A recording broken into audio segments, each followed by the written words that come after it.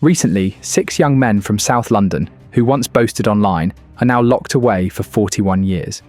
But were they ruthless criminals or just kids chasing fake fame? Well, this is a tough question to answer. But thanks to a fierce police hunt, the WoolyO gang's violent spree now ended in court. Guns, fear, and social media bragging led to sentences from 4 to 15 years. Yet their story begs bigger questions. Did they ever think they'd get caught? And who's really to blame? The gang or the culture that made them think crime was cool? Let's understand with the details we have.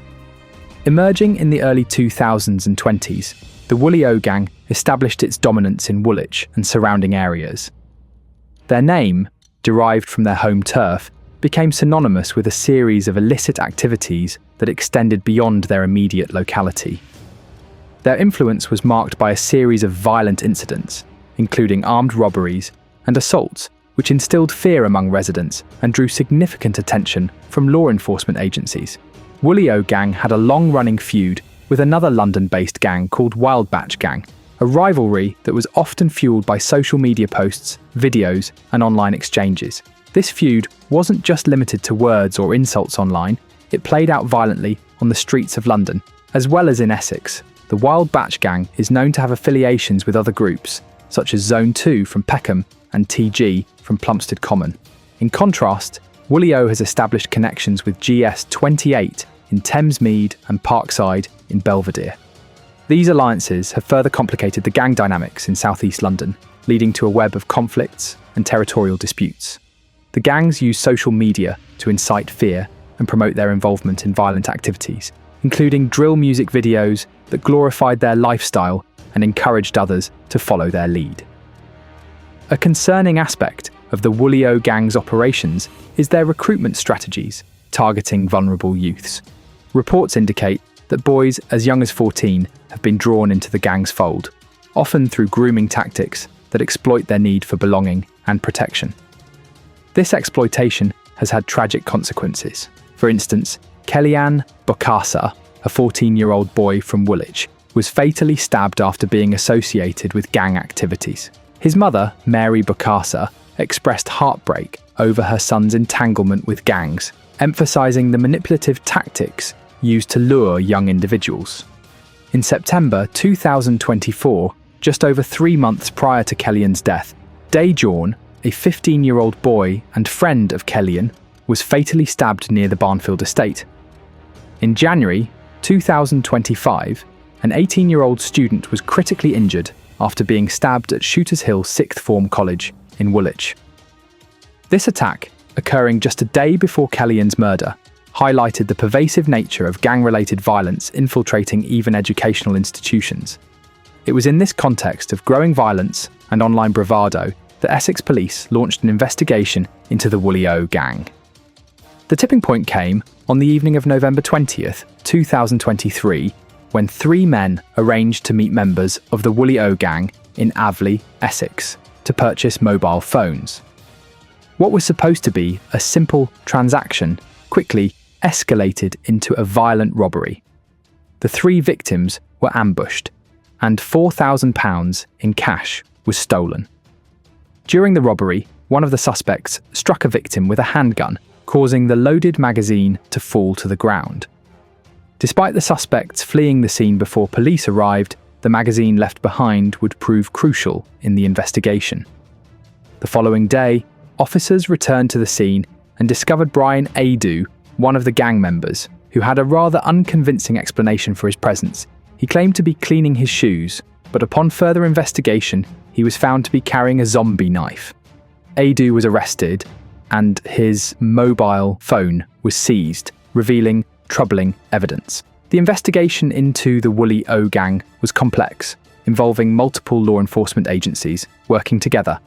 Since October 2023, Essex Police's Serious and Organised Crime Unit, SOCU, had been investigating the gang's activities. However, it wasn't just Essex Police involved. The Metropolitan Police Trident Crime Command, a unit dedicated to tackling gang violence, also played a pivotal role in the investigation. This collaboration between the 2 forces would prove to be key in uncovering the full extent of the gang's operations.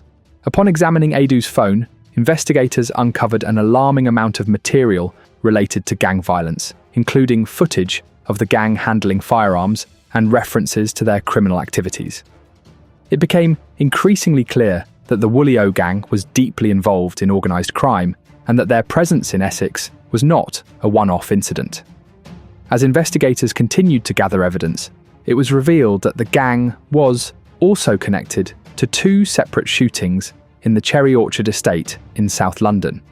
The first shooting took place in October 2023 and involved the discharge of a firearm, but the intended target of the shooting remained unidentified. The second shooting, which occurred in November 2023, resulted in a victim sustaining a non-fatal gunshot wound to the arm. Evidence from both incidents would eventually be tied to the WoolyO gang through forensic analysis of spent shell casings and other recovered items. In total, Essex Police and the Metropolitan Police carried out several investigations in parallel, piecing together a larger picture of criminality that stretched beyond just the robbery in Aveley. By March 2024, investigators had successfully linked the robbery, the shootings, and other gang-related activities. The case was consolidated into a single investigation, which involved close cooperation between Essex Police, the Metropolitan Police, and the Crown Prosecution Service, CPS. As the investigation progressed, the focus shifted to the legal process. A trial was scheduled at Basildon Crown Court, and on December 2, 2024, the case officially began. 4 of the gang members, Brian Adu, Stephen Ayenli, Rocky Bladiaga, and Gabriel Adepoju, pleaded guilty on the first day of the trial, admitting their involvement in conspiracy to possess firearms with the intent to cause fear of violence. This guilty plea expedited the proceedings for these individuals, while the remaining 2 members, Dave Oregun and Karan Singh, chose to challenge the evidence presented against them. The trial was a complex affair, lasting several weeks.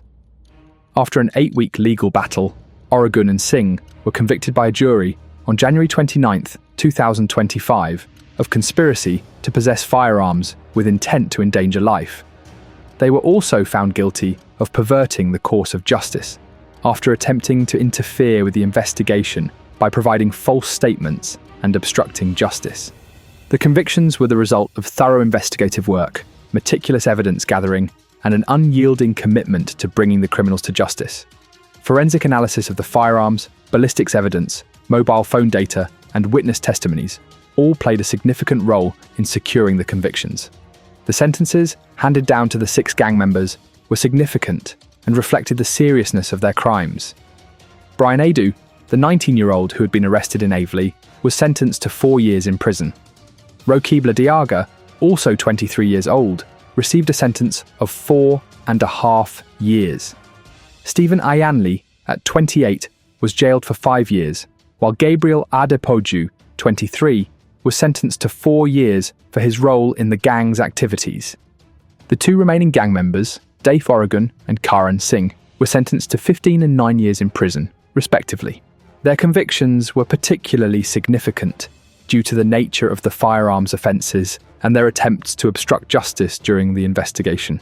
The sentences were a victory for law enforcement and the communities affected by the WoolyO gang's violence. However, it was clear that these sentences were just a part of a larger ongoing battle to reduce gang violence and criminal activity across London and beyond. In a statement following the sentencing, Detective Inspector Yoni Adler from Essex Police's Serious and Organised Crime Unit praised the tireless work of both the Essex Police and Metropolitan Police officers involved in the investigation. He emphasised that the investigation was a result of outstanding and committed detective work and highlighted the importance of cooperation between the 2 forces. He also noted that the conviction of the gang members sent a strong message to other criminals that carrying guns comes with punishment. But you know what? In recent years, the rise of social media and drill music has been identified as a contributing factor to the increase in gang-related violence. Many gangs now use platforms like YouTube and Instagram to promote their activities, recruit new members, and intimidate rival gangs.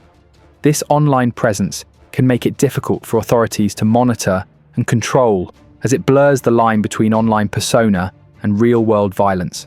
So, do you think harsh prison time can really stop young people from joining gangs, or is there a deeper problem at play? Drop your thoughts in the comments, and let's talk about what really needs to change. See you in our next video. Until then, take care and thanks for watching.